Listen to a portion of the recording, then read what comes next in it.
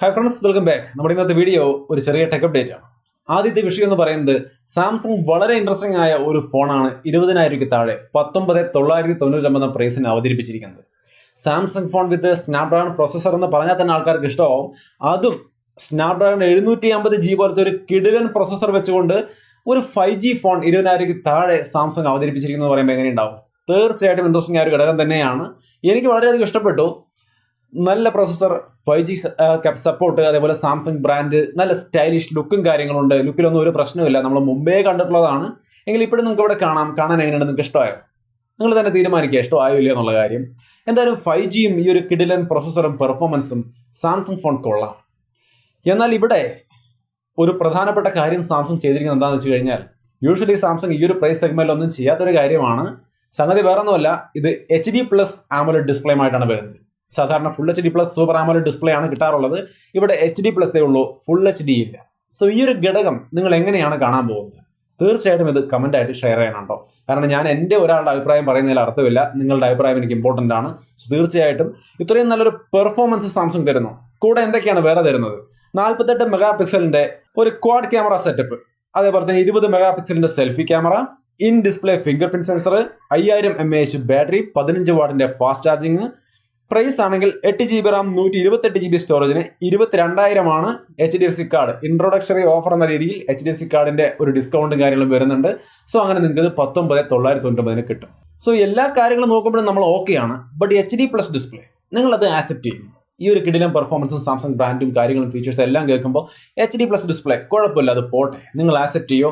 അല്ല അത് പോരാ, 5G ആണെങ്കിലും അത് പോരാ, ഞങ്ങളത് വാങ്ങിക്കില്ല, അങ്ങനെ നിങ്ങൾ ചിന്തിക്കുന്നുണ്ടോ? നിങ്ങളുടെ അഭിപ്രായങ്ങൾ തീർച്ചയായിട്ടും കമന്റായിട്ട് ഷെയർ ചെയ്യാം. സോ അതാണ് സാംസങ്ങിന്റെ ഒരു പുതിയ ഫോൺ. ഇതിന്റെ പ്രൊഡക്റ്റ് നമ്മളെ കിട്ടിയിട്ടില്ല, വരുമെന്നാണ് പറഞ്ഞിരിക്കുന്നത്, അവർ അയക്കുമെന്നാണ് പറഞ്ഞിരിക്കുന്നത്. വരുന്ന വഴിക്ക് നമുക്ക് അതിന്റെ അൺബോക്സിങ്ങും കാര്യങ്ങളും അത് എങ്ങനെയുണ്ട് ഓവറോൾ എന്നുള്ള കാര്യമൊക്കെ നമുക്ക് അപ്പം നോക്കാം. ഇനി ഇന്നത്തെ ടെക് ന്യൂസിലെ അടുത്തൊരു വിഷയം എന്ന് പറയുന്നത് റെഡ്മിയുടെ K40 ചൈനയിൽ ലോഞ്ച് ചെയ്തിട്ടുണ്ട്. K40 ഒരു ഗെയിമിംഗ് ഫോണാണ്. K40യുടെ വെറും K40 അല്ല, ഗെയിം എൻഹാൻസ്ഡ് എഡിഷൻ എന്നാണ് ഈ ഒരു ഫോണിന്റെ ഒരു പേര് കൊടുത്തിരിക്കുന്നത്. സോ എങ്ങനെയായാലും K40യുടെ ഒരു പുതിയ ഡിസൈനിലും കാര്യങ്ങളൊക്കെ ഉള്ള ഒരു കിടിലൻ ഫോണായിട്ട് തന്നെയാണ് അവതരിപ്പിച്ചിരിക്കുന്നത്. ഇതിന്റെ പ്രൊസസർ മീഡിയാടെക്കിന്റെ ഡയമൻസിറ്റി 1200 അല്ലെങ്കിൽ 1200 അല്ലെങ്കിൽ 1200 എങ്ങനെ വേണമെങ്കിൽ നിങ്ങൾക്ക് വിളിക്കാം. ആ ഒരു മീഡിയാടെക് പ്രൊസസർ വെച്ചുകൊണ്ടാണ് ഈ ഒരു ഫോൺ അവർ ലോഞ്ച് ചെയ്തിരിക്കുന്നത്. ഗെയിമിങ്ങിന് അടിപൊളിയാണെന്നാണ് പറയുന്നത്. വെയിറ്റ് ചെയ്യാം, നമുക്ക് കാത്തിരുന്ന് തന്നെ കാണാം. ഇന്ത്യയിലേക്ക് അത് പോക്കോ F3 എന്ന പേരിൽ എത്തും, F3 5G എന്ന പേരിൽ എത്തുമെന്നാണ് കേൾക്കുന്നത് ഉറപ്പില്ല. ബട്ട് ഈ ഒരു ഫോൺ K40 എന്ന് പറയുന്ന ഈ ഫോൺ ഇന്ത്യയിലേക്ക് വരുമെന്ന് തന്നെയാണ് ഇപ്പോൾ സ്ട്രോങ് ആയിട്ടുള്ള ലീക്സ് ആൻഡ് റൂമേഴ്സ് സൂചിപ്പിക്കുന്നത്. ഇതിന്റെ ബാക്കിയുള്ള ഘടകങ്ങൾ കൂടി ഞാൻ ചെറുതായിട്ടൊന്ന് പറയാം.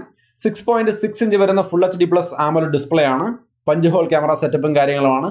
120 ഹെർട്സിന്റെ ഡിസ്പ്ലേ ആണ് വരുന്നത്. ആൻഡ്രോയിഡ് 11 ഇത് വർക്ക് ചെയ്യുന്നത്. 6GB റാം ഉണ്ട്, 8GB റാം ഉണ്ട്, 12GB റാം ഉണ്ട്. അതേപോലെ തന്നെ 128GB സ്റ്റോറേജ് ഉണ്ട്, 256GB സ്റ്റോറേജ് ഉണ്ട്. സോ ആ മേഖലകളിലൊന്നും യാതൊരു ഇഷ്യൂസും ഇല്ല. 64 മെഗാ പിക്സലിന്റെ ട്രിപ്പിൾ ക്യാമറയാണ്. 20 മെഗാ പിക്സലിന്റെ സെൽഫി ക്യാമറ വരുന്നുണ്ട്.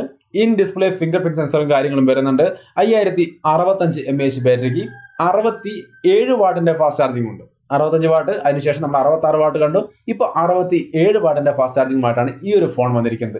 ഈ ഓരോ വാട്ട് കൂടുന്നത് എന്താണ്? 65 കഴിഞ്ഞിട്ട് ഒരു 100 വാട്ടിന്റെ ഇറക്കിയാൽ പോലും ഈ 65, 66, 67. സോ അങ്ങനെ ആയാലും വേണ്ടില്ല, ഇന്ന് 67 വാട്ടിന്റെ ഫാസ്റ്റ് ചാർജിങ്ങുമായിട്ടാണ് റെഡ്മി K40യുടെ ഒരു ഗെയിമിംഗ് എഡിഷൻ വന്നിരിക്കുന്നത്. അപ്പൊ റെഡ്മി K40 പോക്കോ F3 എന്ന പേരിൽ ഇന്ത്യയിലേക്ക് വരും. ഈ ഒരു മീഡിയാടെക്കിന്റെ ഡയമൻസിറ്റി 1200 എന്ന് പറയുന്ന പ്രൊസസർ വെച്ചുകൊണ്ട്. അങ്ങനെയാണെങ്കിൽ അതിന് മറുപടി പറയാൻ വേണ്ടി റിയൽമി എന്തായാലും വരേണ്ടതാണല്ലോ അല്ലെ? പതിവ് തെറ്റാൻ പാടില്ലല്ലോ. ഓൾറെഡി റിയൽമി ഇന്ത്യ അനൗൺസ് ചെയ്ത് കഴിഞ്ഞു. 1200 എന്ന മീഡിയാടെക് പ്രൊസസർ വെച്ചുകൊണ്ട് അവരുടെ ഫോൺ ഇന്ത്യയിൽ ലോഞ്ച് ചെയ്യാൻ പോവാണ് എന്നുള്ള കാര്യം. ഈ പറയുന്ന റെഡ്മി K40 പോക്കോ F3 ആയിട്ട് ഇന്ത്യയിലേക്ക് വരും എന്നുള്ളത് റൂമർ മാത്രമാണ്. ബട്ട് റിയൽമിയുടെ കാര്യം ഒഫീഷ്യലി അവർ അനൗൺസ് ചെയ്തിരിക്കുകയാണ്. സോ ഇന്ത്യയിൽ വരാൻ പോകുന്ന മീഡിയാടെക് ഡയമൻസിറ്റി 1200 ഫോൺ എന്ന് പറയുന്നത് മിക്കവാറും റിയൽമിയുടേതായിരിക്കും. ആദ്യത്തേത് പോക്കോ F3 5G ചിലപ്പോൾ പിന്നാലെ വരുമായിരിക്കാം. ഇനി ലാസ്റ്റ് ആൻഡ് ഫൈനൽ ന്യൂസ് എന്ന് പറയുന്നത് iOS 14.5 വന്നിട്ടുണ്ട്. ഐഫോണുകളിലേക്കും ഐപാഡുകളിലേക്കും വന്നിട്ടുണ്ട്. ഞാനെല്ലാം അപ്ഡേറ്റ് ചെയ്തിട്ടുണ്ട്. കുറച്ച് ബഗ് ഫിക്സുകളും കാര്യങ്ങളുണ്ട്. പിന്നെ പുതിയ ആക്സറീസ്, മറ്റേ എയർ ടാഗ് പോലുള്ള സംഗതികളൊക്കെ ഇതിനകത്ത് ആക്സെപ്റ്റ് ചെയ്ത് മെർജ് ചെയ്ത് വർക്ക് ചെയ്യുന്നുള്ള കാര്യങ്ങളൊക്കെ ഉണ്ട്. സോ എന്തായാലും ആ ഒരു ആക്സറിയൊക്കെ ഐഫോണിൽ നല്ല രീതിയിൽ മെർജായി വർക്ക് ചെയ്യാൻ വേണ്ടിയുള്ള അപ്ഡേറ്റും കാര്യങ്ങളൊക്കെയാണ് വന്നിരിക്കുന്നത്. അതിനൊപ്പം വേറെ കുറേ കാര്യങ്ങളൊക്കെ ഉണ്ട്, നിങ്ങൾക്ക് സ്ക്രീനിൽ കാണാം. എന്തായാലും അപ്ഡേറ്റ് iOS 14.5 ആണ് ലാസ്റ്റ് ടെക് ന്യൂസ് നമ്മുടെ ഇന്നത്തെ. കൂടുതൽ ടെക്നോളജി വാർത്തകളുമായി നമുക്ക് അടുത്ത വീഡിയോകൾ കണ്ടുമുട്ടാം. സാംസങ് ഫോണിന്റെ അഭിപ്രായം പറയാൻ മറക്കല്ലേ, കമന്റ് സെക്ഷൻ താഴെ ഉണ്ട്, പോയി കമന്റ് ചെയ്യണേ. അപ്പോൾ വീണ്ടും മറ്റൊരു വീഡിയോ ആയിട്ട് കണ്ടുമുട്ടാം.